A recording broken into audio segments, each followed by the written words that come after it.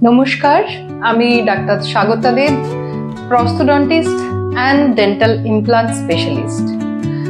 সবাইকে ইমপ্লান্ট মান্ডেসের এই নতুন এপিসোডে স্বাগত।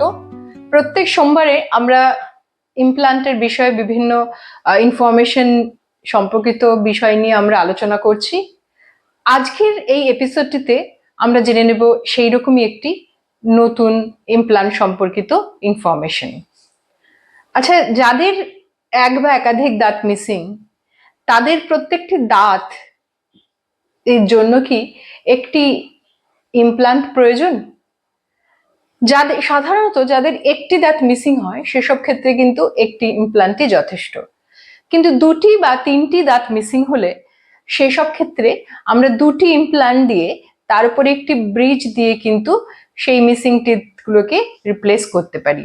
যেসব পেশেন্টদের মুখের ওপরের বা নিচের চোয়ালে কোনো দাঁতই থাকে না, সেক্ষেত্রে কিন্তু ইমপ্লান্টের সংখ্যাটা কিন্তু ডিপেন্ড করে আরো অনেকগুলি ফ্যাক্টরের উপর।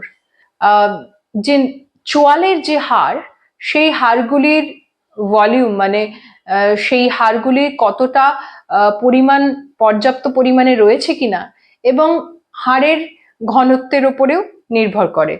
আমরা সিভিসিটি নামক একটি স্ক্যানের মাধ্যমে এই দাঁতের যে চোয়ালের হাড়গুলির পরিমাপ করতে পারি।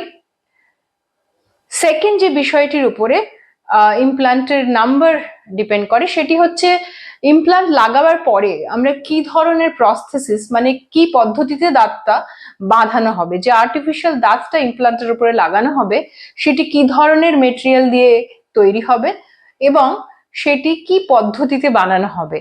তো এ বিষয়ে সঠিকভাবে জানতে হলে প্রয়োজন একটি সিভিসিটি স্ক্যান, যেটি দেখে আপনার ইমপ্লান্ট বিশেষজ্ঞ কিন্তু আপনাকে মোটামুটি একটা আন্দাজ দিয়ে দিতে পারবেন।